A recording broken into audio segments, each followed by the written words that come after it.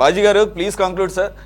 ఇది కక్షపూరితంగా శాలరీలు కొంతమందికి ఎక్కువ తక్కువ ఉన్నాయని చెప్పి శాలరీలు పెంచమంటే దానిని దృష్టిలో పెట్టుకొని కక్షపూరితంగా తొలగించారని చెప్పేసి వారి వాదన తీసుకోవాలని చెప్పేసి మళ్ళీ విధుల్లోకి తీసుకోవాలని. సార్ నాకు ఒక బేసిక్ డౌట్ వచ్చింది. ఇప్పుడు ఇదే సమయంలో కనుక జగన్మోహన్ రెడ్డి గారి ప్రభుత్వం కనుక ఉండుంటే అసలు వీళ్ళు రోడ్డు మీదకి వచ్చే పరిస్థితి ఉండేదా? ఒకవేళ వచ్చిన రోడ్డు మీద అలాగే ధర్నాలు చేసే పరిస్థితి ఉండేదా? ఇది ఇప్పుడే ఉన్న సమస్య లేదంటే కనుక గతంలో కూడా ఉంటే తొక్కి పెట్టేశారా అని కొన్ని బేసిక్ డౌట్స్ కూడా రైజ్ అవుతున్నాయి సార్.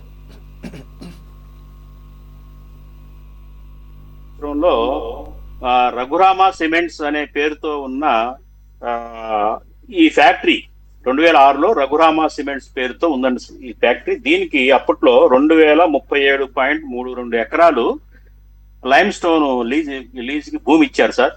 దాంట్లో 475.16 ఎకరాలు తిరిగి వాపసు గవర్నమెంట్ కి హ్యాండ్ ఓవర్ చేసేశారు. మిగిలింది 1562.36 ఎకరాలు ప్రస్తుతం భారతీయ సిమెంట్స్ ఆధ్వర్యంలో ఉంది. ఇది భారతీయ సిమెంట్స్ గా రూపాంతరం చెందింది. అప్పుడు 2006లో రఘురామ సిమెంట్స్ అన్నది ఇప్పుడు భారతీయ సిమెంట్స్ వాళ్ళు కొనేసి దాంతో మొత్తం వాటాలు వాళ్ళ అధీనంలో ఉంది. తర్వాత ఇదేంటంటే ఫ్రాన్స్ కు చెందిన వీకాట్ అనే ఒక సంస్థ 51% షేర్స్ కొనుగోలు చేసింది భారతీయ సిమెంట్ లో. 49% షేర్లు మాత్రమే జగన్మోహన్ రెడ్డి గారి కుటుంబం అధీనంలో ఉన్నాయి ప్రస్తుతం. అది స్టేటస్. అయితే ఏంటంటే నేనేం చెప్తున్నానంటే ఎప్పుడో 2006లో ఆ తదనంతరం ఇచ్చిన భూముల గురించి 2026లో కూడా పోరాటాలు చేయాల్సిన పరిస్థితి ఎందుకు వచ్చింది? మీరు అడిగారు క్వశ్చన్.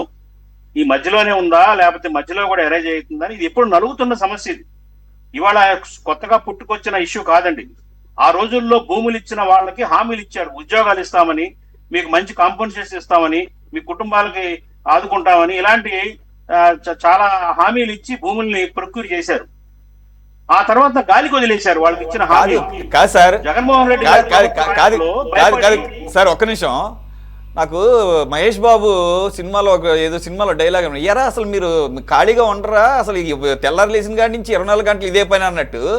సరస్వతి భూములు చూసినా అదే గోల, ఇక్కడ చూసినా అదే గోల. తీరా ఏమన్నా వాళ్ళు ఏమన్నా మీకులాగా పారిశ్రామికవేత్తలా లేకపోతే మీరు ఏమన్నా పెద్ద పెద్ద పోర్లు చేసుకోవడానికి? అరే వాళ్ళ రైతులు భూములు తీసుకొని వాళ్ళకి ఏమన్నా 10 రూపాయలు ఎక్స్ట్రా ఇవ్వడానికి ప్రయత్నం చేయాలి. కానీ ఇది ఎక్కడ దోపిడీ సార్? రెండోది సార్ నాకు ఒక్క పాయింట్. మీరు ఫ్రాన్స్ అన్నారు కదా, మనకు గుర్తుంది కదా మన లిక్కర్ స్కామ్లో మళ్ళీ అతనే గోవిందప్ప బాలాజీ భారతీయ సిమెంట్స్ హెడ్ అని చెప్పేసి, లేకపోతే అక్కడ ఉన్నటువంటి అధికారి అంటే వీళ్ళు ఏమన్నారు? లేదు అది అప్పుడే గతంలో, ఇప్పుడు అది భారతీయ సిమెంట్స్ కింద లేదు, అది ఫ్రాన్స్ చెందిన సంస్థ కింద ఉంది. కాబట్టి ఈయన ఇప్పుడు భారతీయ సిమెంట్స్కి ఆయనకి సంబంధమే లేదంట. మరి ఈయన ఎవరు సార్? ఈ జీ బాలాజీ అంటే ఎవరు సార్? మరి గోవిందప్ప కాకుండా ఇంకెవరన్నా ఉన్నారని నాకు తెలియదు మరి భారతీయ సిమెంట్స్ లో. ఏది ఈ హైకోర్టుకి వెళ్ళిన దాంట్లో the same person sir, the same person who involved in liquor scam. అయితే వీళ్ళు భారతీయ సిమెంట్స్ యాజమాన్యం కోర్టుకి వెళ్ళి హైకోర్టు వెళ్తే ఎస్ఐని పోలీసు వాళ్ళని డీటెయిల్స్ రికార్డ్స్ ఇవ్వమని చెప్పేసి కోర్టు అడిగింది సార్. అది స్టేటస్ కో. అయితే నేనేమంటున్నానంటే ల్యాండ్ ఆడిట్ ఎందుకు చేయదు ప్రభుత్వం? ఈ ప్రభుత్వం ల్యాండ్ ఆడిట్ ఎందుకు చేయదు? ఇదొక్కటే కాదు, సుమారుగా 20 సిమెంట్స్ కంపెనీలకి లీజుకి భూములు వేలాది ఎకరాలు ఇచ్చారు. దాదాపు సుమారుగా 1,00,000 ఎకరాలకి పైగా భూమి ఈ అసైన్డ్ భూములు కానివ్వండి, ఫార్మర్స్ ల్యాండ్ కానివ్వండి, గవర్నమెంట్ ల్యాండ్ కానివ్వండి, ఏదైనా కానీ 1,00,000 ఎకరాల వరకు కూడా ఒక 20 సిమెంట్ కంపెనీల చేతుల్లో ఉంది. వాళ్ళు ఏం వాడుతున్నారు, ఎంత ఉపయోగించారు, ఎంత ఇచ్చిన హామీల ప్రకారంగా భూములు ఇచ్చిన వాళ్ళకి కాంపెన్సేషన్స్ చెల్లించారు, అట్లాగే ఎంత ఎంప్లాయ్మెంట్ క్రియేట్ చేసి ఎంత ఎంప్లాయ్మెంట్ ఇస్తున్నారు, ఇవన్నీ కూడా ప్రభుత్వం ఎందుకు పట్టించుకోవట్లేదు అనేది నా క్వశ్చన్. అట్లాగే ల్యాండ్ ఆడిట్ ఎందుకు చేయట్లేదు?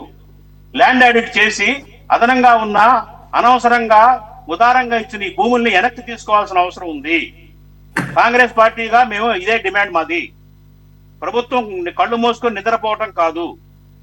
ఈ భూములు ఎవడబ్బా సొమ్ము కాదు, ప్రజల సొమ్ము, ఈ రాష్ట్రం ఆస్తి. దీన్ని అన్యాక్రాంతంగా ఇచ్చిపడేస్తే, వేలాది ఎకరాలు ఇచ్చిపడేసి వాళ్ళ అధీనంలో వాళ్ళ ఓనర్షిప్ ఇచ్చేస్తే ఏంటండి ఇది? ఈ పందారం ఏంటి?